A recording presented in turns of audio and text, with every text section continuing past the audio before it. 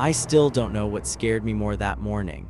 The crowd inside the store or the man waiting for me alone in the far corner of the parking lot. The incident happened more than 15 years ago, but I still see his face when I try to sleep. At the time, I was a young single mother of two boys, Leo and Mason.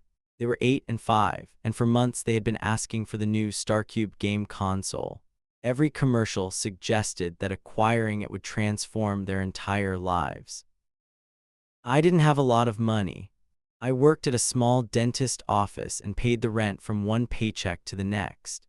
The sole means by which I was able to acquire that console was through the substantial Black Friday promotion at a local retailer named Mega Mart. They had StarCubes half off, but only a limited number. So that year, after Thanksgiving dinner at my older sister's house, I set my alarm for 4:30 a.m. I barely slept. I continually envisioned my sons opening a box bearing that logo, their excitement finally sparked by something I had provided for them. When my alarm went off, it was still completely dark outside. I threw on jeans and an old hoodie and drove to Mega Mart. The store opened at 6:00 a.m. I got there around 5:40. The parking lot was already insane. Cars were squeezed into every space. People were standing in a loose line outside the sliding doors, bouncing on their feet, clutching coffee cups, and bundled up in heavy coats. I had to park way out, near the very back corner of the lot where there were only two other cars. I remember thinking, if this area is just for a sale, what would people do if they were actually desperate? I joined the crowd. The wind was sharp and cold, and the sky was still black. People kept checking their phones, talking about TVs, laptops, and cheap tablets. The mood was excited but aggressive. Everyone wanted something. When the doors finally opened, people actually cheered. Some of them ran. I didn't run, but I walked as fast as I could. I knew the electronics section was at the back near the far wall, but by the time I pushed my way through the crowds of carts and bodies, I saw exactly what I had been afraid of. The StarCube display was empty, just empty cardboard shelves and a big colorful sign showing a price I would never see again. Despite everything, I walked around the electronics section 3 times, inspecting every shelf and pallet as if something might be waiting for me in a corner. It was. Employees were already saying the words I would rather not hear. Sorry, the StarCubes are gone. They sold out in the first 2 minutes. It honestly felt like somebody had punched me in the chest. I kept thinking about my boys back at my sister's place, dreaming about a gift I wasn't going to give them. Eventually, I gave up and walked out. The air outside felt even colder now. I pushed between cars until I reached the back of the lot where I had parked. That's when I noticed something strange. In the far corner where the lot faded into a line of trees, there was a faded blue cargo van with its back doors wide open. A man in a dark jacket was standing there.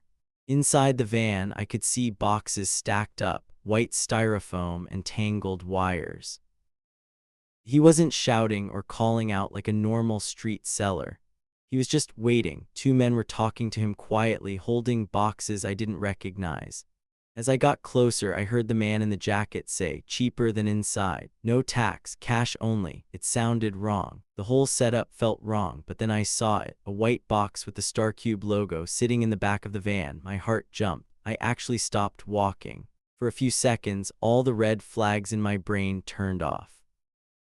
All I could see was that logo, that one chance to make my boys' faces light up on Christmas morning. I walked closer. The 2 other men finished quickly and walked away, clutching their boxes, talking quietly.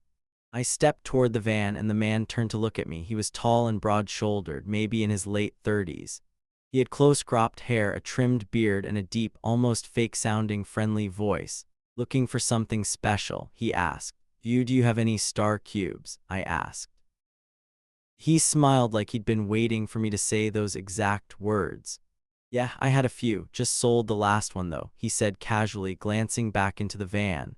"But I have more items available at my storage unit," he added. 5 minutes away. I can give you a better deal than Mega Mart. Brand new, still sealed." My stomach tight. The storage unit was 5 minutes away. Storage unit alone. "That's okay," I said quickly. "I can drive behind you maybe," and he cut me off. Nah, it's complicated getting into the gate, he said, shaking his head. You can ride with me. I'll bring you back to your car. He quickly made his way in and out. I'm heading that way anyway. He said it like it was nothing. It felt as if we were two old friends casually arranging a minor favor, but suddenly I heard my voice in my head. You are a woman alone in the dark in the back of a parking lot about to climb into a stranger's van. Everything in me told me to walk away. At the same time, I saw the star cube in my mind again. Look, he added, reading my hesitation.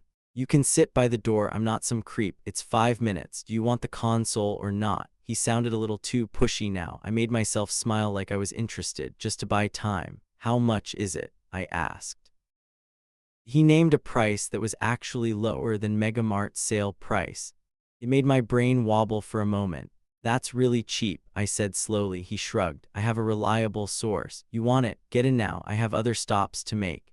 His tone was harder now, like he expected me to obey. I stepped closer to the van and looked inside. The boxes were not stacked neatly like in a store. They were all at strange angles, taped up with random tape, some with labels half ripped off. I saw a crowbar on the floor, a heavy chain. There was also a roll of duct tape on the floor. Something cold crawled up my spine. You know what? I said, forcing a laugh. I just remembered I promised my sister I'd be back. I'll pass, thanks though. I turned to leave. His voice changed in an instant. Hey, he said sharply. You sure I didn't stop walking? You got kids, don't you? He called out behind me. That made me freeze. Slowly, I turned halfway. He was staring at me with a small smile that didn't reach his eyes. You look like you do, he continued.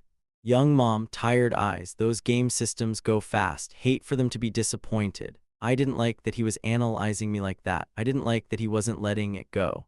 Yeah, well, they'll live, I said, trying to sound casual. Have a good day. I walked faster now, keys already in my hand. I heard his footsteps, not running, but walking. I was closing the distance. My heart started pounding so loud it almost drowned out everything else. I didn't dare look back. My car felt like it was a mile away. Hey, he called again, a little louder. At least take my card. I get more stock in all the time. I kept walking. My mouth was dry. My muscles were ready to run, but I was afraid if I ran, he'd run too. Finally, I reached my car.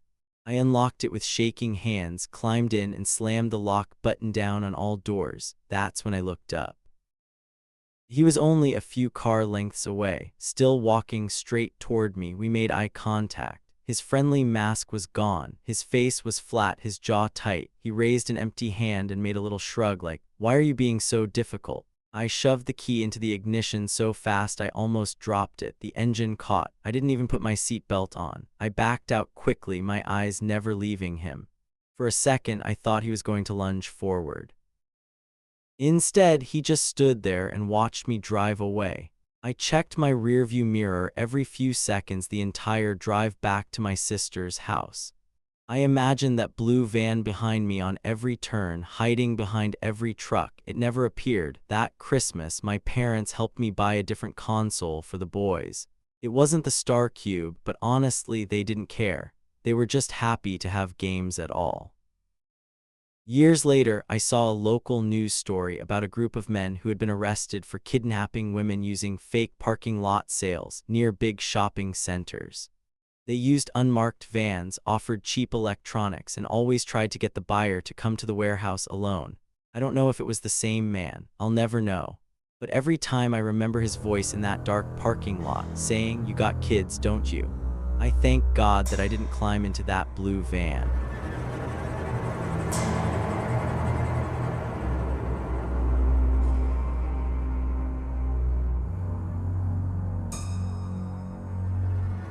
If that other employee hadn't walked in when he did, I'm almost sure I would have gone through that back door and disappeared. I used to work at a big discount store called City Square. It was one of those places that has everything: clothes, groceries, electronics, toys. I was in my early 20s and worked there for about 3 years. Regular days were fine.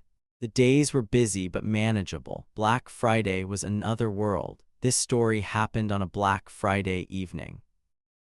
Our store opened at 5:00 a.m. and stayed open late into the night. I had the closing shift. By the time the event happened, I'd already been on my feet for almost 10 hours. The floors were a mess. Shelves were half empty. People were still everywhere. Around 9:00 p.m., I was sent to help near electronics, one of the worst war zones in the store. People were still hunting for last-minute deals, getting frustrated when things weren't in stock. My job was simple: help people locate items, answer questions, and try to keep displays from collapsing. That's when I saw him. He looked normal. That was the worst part. He was wearing a red polo shirt, the same color as our store shirts, and dark pants, no jacket, neat hair, glasses, early 30s maybe.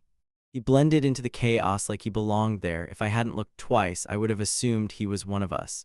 But he didn't have a name tag. He was standing near the wall of headphones, listening closely to a woman who looked frustrated. She kept shaking her head and pointing at a flyer. He nodded, smiled, and gestured toward the back of the store like he was explaining something. Eventually, the woman walked away. That's when he turned and saw me. "Hey," he said, walking right up like we were coworkers. "You all are out of the extreme consoles on the floor, right?" "Yeah," I said automatically. "We sold those out hours ago," he smiled. "Not in the back," he said quietly. "There were a few left on the pallet. They're just not bringing them out because of the crush. Less fights that way." I frowned. "How do you know that?" I asked. He shrugged. "Helped unload the truck," he said casually. "I'm with the night crew. They brought me in early. I just came up to help calm people down." We did have a night crew. It wasn't a crazy answer. And I was tired, too tired to think clearly. He nodded toward a crowded aisle where people were literally arguing over a TV. "You see that?" he said. "Customer service nightmare. But if you want to actually help people, I can show you where the extra consoles are. We can slip a few out to the moms who really need them." Quietly, I liked the idea of actually helping someone after a long day of just apologizing for empty shelves. "The manager knows?" I asked. He grinned. "The manager told me not to mention it," he said. "Keeps the chaos down. Trust me, I've been doing this job for years." That should have been my red flag. Instead, I felt like I was being invited into some secret insider thing. Like I was finally being treated like one of the experienced workers. "Come on," he said, tilting his head. "I'll show you." He started walking along the wall toward the side corridor where the employees-only door was. I followed. The door had a sign, "Staff Only." He pushed it open like he'd done it 1,000 times and held it for me. I stepped through. Instant silence. Out on the sales floor there was constant noise. Music, chatter, beeping scanners, and crying kids. Back here it was just harsh yellow lights and the low hum of vents. We walked down a long corridor lined with plain doors: stockroom, office, break room. He took a right, moving deeper into the back area I didn't usually go into. Only managers and the truck crew knew this part well. "This way," he said. "Overflow storage." We walked another hallway. This one was dimmer, with high metal racks and boxes stacked all around. It smelled dusty, cold, and wrong. "Is this location even our area?" I asked nervously. He stopped walking and turned toward me slowly. "Relax," he said, smiling again. "You're jumpy, long shift." "Yeah," I said, forcing a breath. "Just tired." He looked past me like checking something behind. Then he took his phone out and glanced at it. "Anyway," he said, "it's right around the corner. Back exit by the loading dock." Back exit, loading dock. I didn't like where this was going. "Wait," I said. "Why would the consoles be near the exit? We keep electronics in lockup." He stared at me for a second, then the smile dropped completely. His eyes went flat. "That's a worthy question," he said softly. The hallway felt suddenly very narrow. Hushed. I noticed then that we were far from the main backroom area. I couldn't hear any other employees. There were no carts rolling, no voices, just him. "You know," he continued, almost bored, "you really shouldn't follow people into places you don't know." My mouth went dry. Before I could answer, another voice cut through the air from behind us. "Hey," someone shouted. "You too, what are you doing back here?" I turned. It as Mark, one of our real managers. He was in a proper red shirt with a name tag and radio clipped to his belt. His eyebrows were pulled together in confusion. For a split second, I felt pure relief. Then I heard the door behind me open. I turned back just in time to see the fake employee shove open a metal exit door at the end of the aisle. Cold air rushed in. He didn't say a word. He just sprinted outside. The door slammed shut behind him, the sound echoing in the narrow space. Mark reached me a few seconds later, breathing hard. "What are you doing back here with him?" he demanded. "I thought he worked here," I said weakly. "He said he was night crew. He said there were consoles in the back." I trailed off as Mark stared at me. "He doesn't work here," Mark said flatly. "We don't have any night crew in early tonight, and nobody was scheduled in that shirt size. I saw him follow you through the door and wondered who he was." My stomach dropped. We went back through the corridor, out onto the sales floor. It was almost comforting to hear the chaos again. The noise meant witnesses, people, safety. Mark instructed the security team to check the cameras and the doors. They called the police, but by the time an officer came, the man was long gone. Later, when I really played it back in my head, the puzzle pieces came together in a way I didn't like. He chose to target the electronics section, where customers are often desperate and distracted. He dressed in the store's colors. He didn't rush. He moved like he belonged. He brought me away from the crowd, toward a back exit, not toward a stockroom, not toward any place where there were cameras or other employees. I still don't know what he wanted exactly. Maybe he planned to shove me into a waiting car. Maybe he wanted a hostage. Maybe he just wanted to get someone alone. I'll never know. All I know is if Mark had walked into that hallway 30 seconds later, I might have gone through that door first. And whatever waited on the other side wouldn't have been extra game consoles.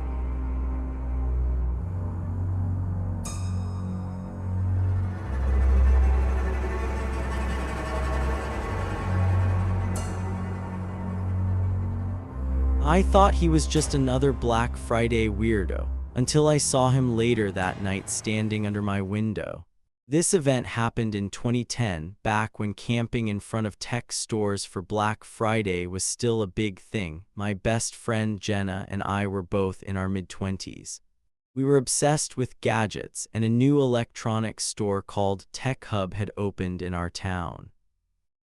Their Black Friday advertisement was extraordinary, offering affordable 4K televisions, laptops, gaming PCs, tablets, and more, all at prices we recognized as unlikely to be repeated.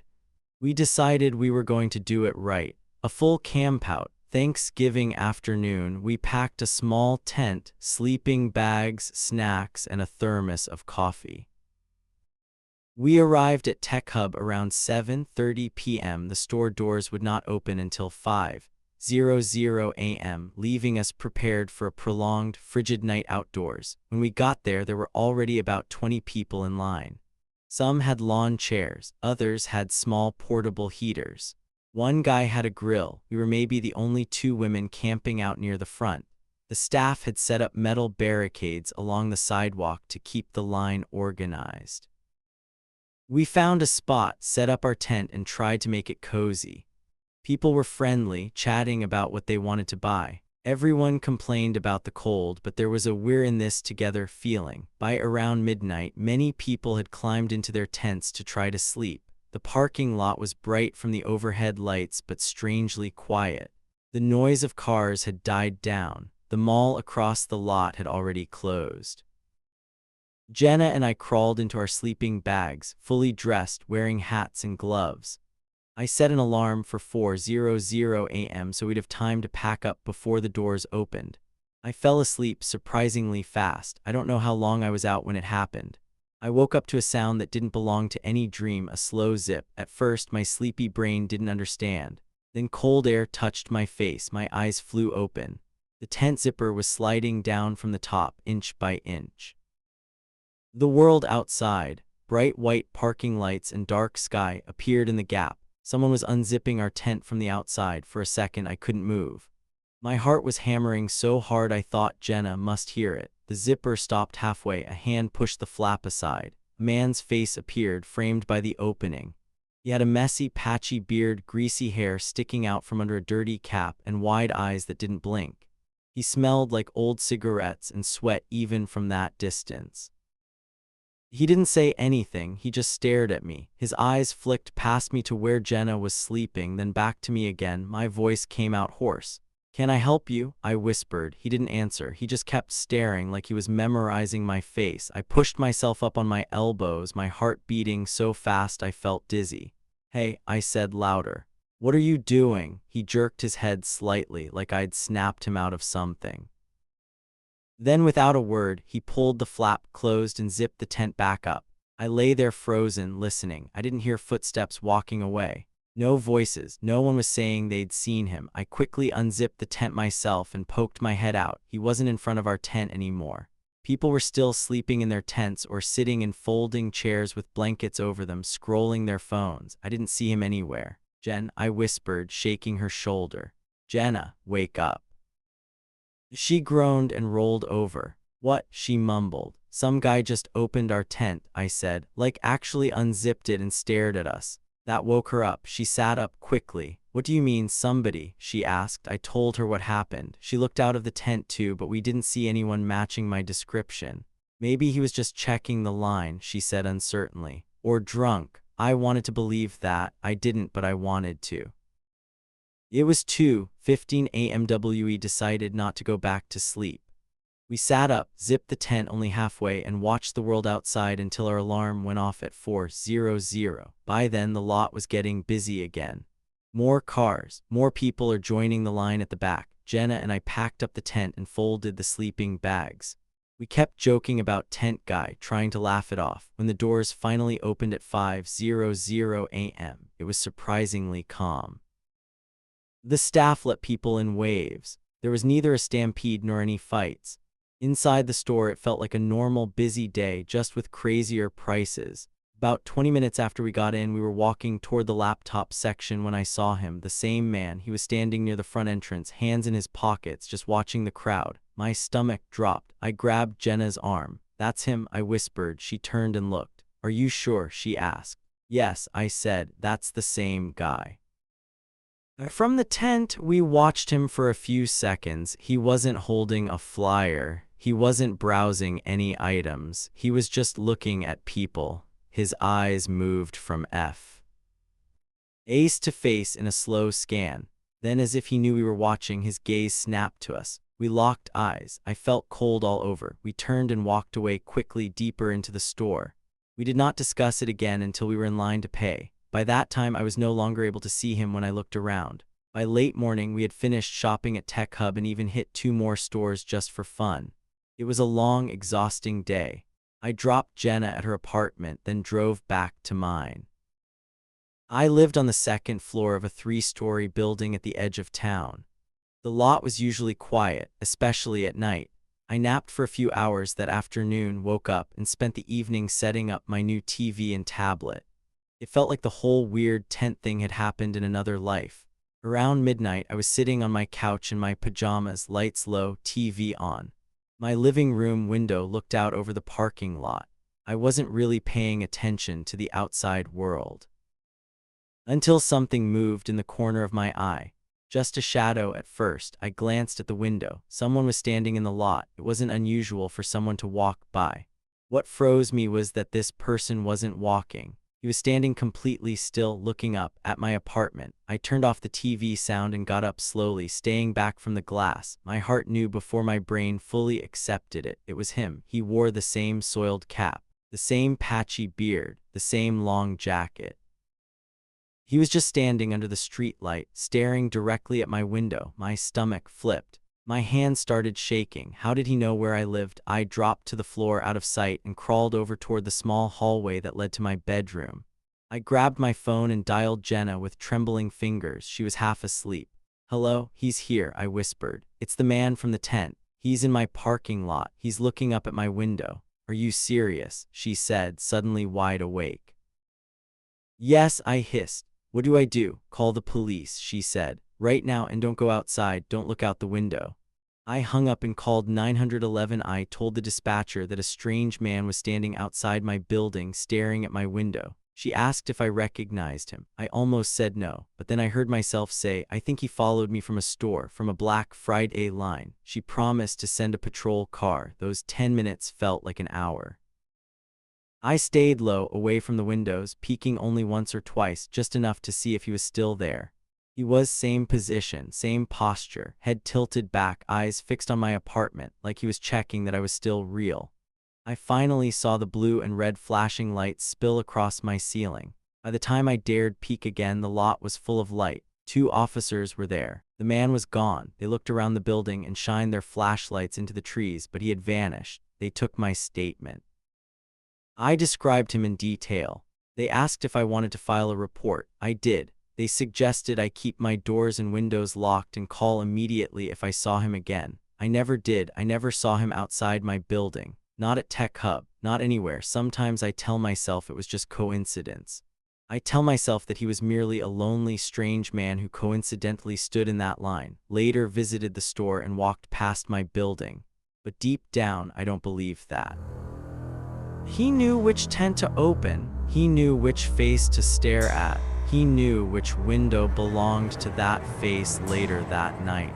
And the part that still chills me is this. If I hadn't woken up when he unzipped the tent, maybe he wouldn't have needed to stare from the parking lot. Maybe he would have already known exactly where I lived.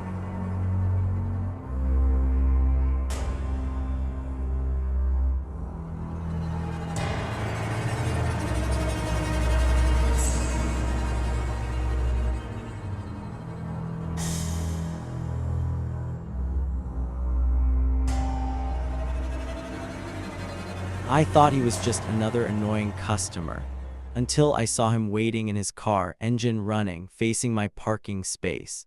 When I was 19, I worked as a cashier at a big chain store called Value Point. It was the kind of place where people came for cheap holiday decorations, towels, dishes, random electronics, all of it. Black Friday has traditionally been a chaotic event, but one particular year is memorable for entirely different reasons, unrelated to the size of the crowds. That year, the store opened at 6:00 p.m. on Thanksgiving and stayed open almost all night. My shift was from 6:00 p.m. to 3:00 a.m. When we lined up at the registers right before opening, we could already see people pressing against the automatic doors, holding flyers up like boarding passes. "Remember," our manager said, clapping her hands, "smile, be patient, and call security if anyone starts anything. No deals are worth your safety." I didn't think I'd need to remember that last part. The first wave of people hit like a flood. For hours, all I did was scan items, bag them, say "have a good night," and repeat. At around 9:00 p.m., I saw him for the first time. He looked like any other customer. Early 40s maybe, wore thick glasses, a navy jacket, and jeans. He had a calm face, but something about his eyes made me uncomfortable. He didn't look at the items. He looked directly at me the whole time. He put a few random things on my belt, a phone charger, a blanket, and some socks. While I scanned them, he asked, "How's your night going so far?" I smiled politely. "Busy," I said, "but I'm hanging in there." "What time do you get off?" he asked immediately. That question hit me wrong. "Late," I said shortly. He smiled. "Long night then," he said. "You're doing a good job." He paid in cash and left. I forgot him after the next 20 customers. An hour later, he came back, same line. Different items this time, some snacks, a cheap flashlight, and a pair of gloves that was clearly the wrong size. "Back again," I said, trying to sound casual, but my stomach tightened. "It's that kind of night," he said, smiling. "Can't decide what I want." I didn't say much. I rang him up and watched him leave again. It was weird, but not the craziest thing I'd seen on Black Friday. People returned all the time. Around midnight, I finally got my break. In the break room, I told my coworker Maya about the guy. She frowned. "Was he tall, with glasses and dark hair?" she asked. "Yeah," I said. "Blue jacket." Her face twisted. "That guy tried to talk to me on the floor," she said. "He kept asking what aisle I worked in, if I was here alone, stuff like that." I told a supervisor. They said they'd keep an eye out. My skin crawled. When my break was over, I went back to a different register. I hoped that was the last time I'd see him. It wasn't. Maybe an hour later, he appeared again in my line. This time he only had a bottle of water. Our eyes met, and I made no effort to hide my discomfort. He smiled anyway, but it looked tighter now. "Still here?" he asked. "Still working," I replied. "Hardworking girl," he said softly. "What time did you say you get off?" I didn't. I said. He chuckled like I'd made a cute joke. He paid and left for the third time. As soon as he was gone, I reached down and took my small handheld radio off the hook under my register. Could I get a supervisor to lane 14? I said, trying to keep my voice steady. Our floor manager came over a few minutes later. There's a man that's come through my line 3 times, I told her quietly. He keeps asking what time I get off. Maya said he was bothering her too. I don't feel good about it. Her expression turned serious. Okay, she said, we'll watch for him. If you see him again, call right away. I didn't see him again before my shift ended, and the store stayed busy enough that I started to think maybe I'd overreacted. At 3:00 a.m., we finally started closing some of the lanes. I counted my register, turned in my till, and clocked out. Outside, the air was freezing, and the parking lot was a lot emptier than it had been earlier. Only a few cars were scattered around under the tall light poles. My car was parked near the back under one of the far lights. I started walking toward it, hugging my jacket tighter around me. That's when I noticed headlights snap on. A car engine started. The vehicle was parked facing the path I was walking on, the same old, dusty sedan I'd barely noticed when I came in hours earlier. The driver's face was lit from below by the light of the dashboard. It was him. He didn't move the car, just idled there watching me walk. It felt like the whole world narrowed down to the space between his front bumper and my little hatchback. I sped up. He didn't drive away. He didn't roll down the window. He just stayed there, engine rumbling softly, lights on, staring. I reached my car, hands shaking so badly I almost dropped my keys. I opened the door, slid in, and slammed the lock down. I didn't start my engine right away. Instead, I stared into my rearview mirror. His car was 2 spaces away, pointed toward me like he was on a starting line. I thought about pulling out, then I imagined him pulling out right behind me, following me through every turn, every red light, all the way to my apartment. I couldn't do it, not yet. Instead, I picked up my phone and opened our store's group chat. I typed as fast as I could. The creepy guy is in a car near my spot. I think he's waiting for me to leave. No one answered at first. I sat there, engine off, pretending to scroll so I wouldn't look like I was watching him. 5 minutes passed.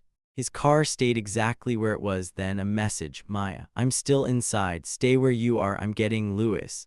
Louis was one of our cart attendants. Big, tall, gym-type guy. Always outside. 2 minutes later, I saw the store's sliding doors open. Louis walked out in his neon vest, pushing a row of carts in front of him like a shield. He scanned the lot, then spotted me and headed my way. As he approached, the man in the sedan shifted in his seat. Louis stopped right between our cars and knocked on my window. I lowered it a crack. You okay? He asked. That's the guy, I whispered. He's come through my line multiple times. He asked what time I get off. Now he's just sitting there. Louis nodded once. Stay here, he said. He turned and walked straight to the sedan, no fear at all. He knocked on the driver's window hard enough to make it rattle. The man jumped slightly. Louis gestured for him to roll it down. From my car, I couldn't hear what was said. I could only see their faces. Louis's expression was firm, almost angry. The man's face changed fast, first surprise, then annoyance, then something that looked like panic. Whatever Louis said, the man didn't like it.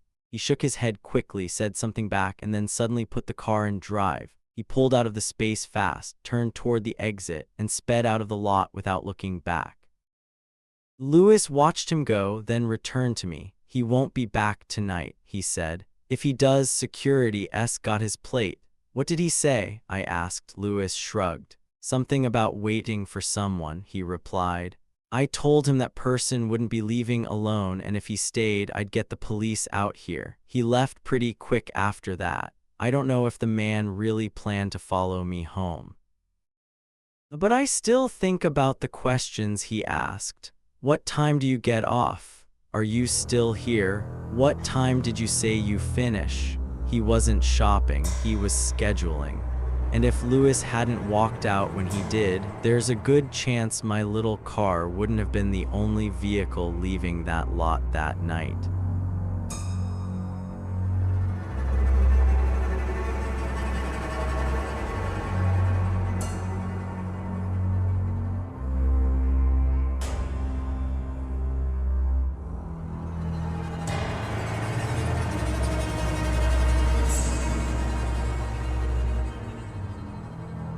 If you've ever thought people overreact about Black Friday, remember that some of them are willing to take your address home with them. This happened in 2006 when Black Friday was still at its craziest. My wife and I had a tradition. We'd go out early, hit a few stores, then meet friends for a late breakfast. It was supposed to be fun. A game. That year I wanted one particular thing, a big flat-screen TV from a store called Homeworld. It was the first time I could afford something like that, and the sale was almost too good to be real. We got to Homeworld just after opening. The parking lot was already chaos, with carts rolling everywhere and people pushing against each other through the sliding doors. Inside, we joined the flood heading to the electronics section. The TV I wanted was on a pallet at the very back. When I saw it, there were only 2 boxes left. One man stepped forward and grabbed the first one. The second box, the last one, was still there. My wife squeezed my arm. "Go," she said. "That one is yours." I didn't run, but I moved fast. I was maybe 3 steps away when something slammed into my side, a body. Hard. I went down, not just stumbled, hit the floor completely. My hand skidded on the polished tile. My shoulder smacked something metal. People gasped. Another man had lunged for the same TV and collided with me full force. We both hit the ground. The time he scrambled to his feet, clutching his arm, the last TV was already sliding away in someone else's cart. Some third guy we hadn't even seen grabbed it while we were on the floor. The man who'd run into me turned red with anger. "Are you kidding me?" he shouted. "You tripped me." I pushed myself up, wincing. "You knocked me over," I said. "I didn't even see you coming." "Because you stepped in front of me," he snapped. "That was my TV. It's nobody's now," I replied. We both missed it. He got in my face, close enough that I could smell coffee and something sour on his breath. "Because of you," he hissed. My wife appeared at my side. "Let's just go," she whispered. "It's not worth it." She was right. I backed away. "I'm sorry you didn't get it," I said, "but you shouldn't have run into me." That made him explode. He started swearing loudly. People were staring now. I felt that hot, shaky feeling you get when you want to hit someone and also want to run. Instead, I did neither. I turned and walked away. He followed for a few steps, still cursing, but eventually we lost him in the crowd. I tried to shrug it off. We finished looking around, grabbed a few smaller things, and then went to the registers. At checkout, the cashier asked if we had a rewards account. I did. She asked for my phone number, and I gave it. Later, I realized I'd said it loud enough for the next few people in line to hear. We left Homeworld, hit another couple of stores, and eventually went to a furniture outlet on the other side of town. While we were walking through a showroom full of couches, my phone rang. I didn't recognize the number. "Hello," I answered. The voice on the other end was angry but familiar. "You think you got away with that?" he snarled. For a second, I didn't know who it was. Then my stomach dropped. It was the man from Homeworld, the one who'd crashed into me. "Who is this?" I asked, even though I knew. "You know exactly who this is," he snapped. "You cost me that TV. You tripped me on purpose. I should have flattened you right there." "How did you get my number?" I asked quietly. He ignored the question. "Where are you right now?" he demanded. I hung up. He called back immediately. I declined the call. He called again. And again. Finally, I turned my phone off. My wife could see from my face that something was wrong. I told her. She went pale. "Maybe he heard you give your number at the register," she said slowly. "But how did he get your name? How did he know which number was yours for sure?" I did know. It put a shadow over the rest of the day. We finished our shopping quickly and went home before dark. That night my phone stayed off. Around 11:30 p.m. there was a loud knock at the front door, not casual, not polite, hard, angry. 3 knocks, pause, 3 more. My wife and I looked at each other. Our street was quiet and dark except for a few porch lights. "Open it," she whispered. Another set of knocks. This time a voice followed. "Open the door," a man yelled. "I know you're in there." It was the same voice, the same anger. I felt something cold in my chest, but I also felt a different emotion now, rage. "This is my house," I muttered. My wife grabbed my arm. She said, "He could be crazy." But I was already walking toward the door. I peeked through the small side window. He was standing on my porch, wearing the same jacket he'd had on that morning at Homeworld. His hair was messy now, his eyes wild. He pounded on the door again. "Come out here," he shouted. "I'm not done talking to you." I opened the door. He stepped back in surprise, then immediately stepped forward again. You think this is over?" He yelled. "You made me look like an idiot in front of everyone. You followed me home," I said quietly. "You called my phone. You came to my house at night to yell at me over a TV. You tripped me," he shouted, jabbing a finger toward my face. "You cost me." I didn't let him finish. "Get off my property," I said louder now. "Right now, before I call the police." He smirked. "You're not calling anyone," he said. "You asked for this." Then he swung. His fist caught me on the side of the face, more glancing than direct, but hard enough to send a flash of pain through my jaw. I stumbled sideways. My wife screamed. Something broke loose in me then. All the tension from the morning, all the fear from the phone calls, all the anger of seeing this man on my porch, it all exploded. I lunged forward, grabbed his jacket, and shoved him backward off the step. He slipped and fell onto the grass. He grabbed my leg, trying to pull me down. I kicked free and dropped onto him, both of us hitting the ground again. We rolled, grappling, shoving, and swinging at each other in clumsy, desperate motions. He landed a punch on my shoulder. I hit him in the ribs. He grabbed my shirt. I grabbed his hair. It felt like it lasted forever, but it was probably only 30 seconds. Finally, he twisted away, panting. He scrambled to his feet and backed toward the street. "This isn't over," he gasped. "It is," I said. "If you come back here, I will call the police. I'll press charges. I'll give them your description, your voice, everything." He stared at me for a moment, chest heaving, then he turned and walked to a dented sedan parked a little way down the street. He got in and drove off, tires squealing. We never called the police that night. I don't know if that was smart. We blocked his number. I changed my reward's phone number at Homeworld a week later. I never saw him again. But sometimes when I'm in a crowded store and I hear two men arguing over something on sale, I think about him, about how quickly I wanted that TV turned into. "I want to know where you live. I want your phone number. I want you to open the door when I knock." People say Black Friday brings out the worst in people. They don't know how right they are.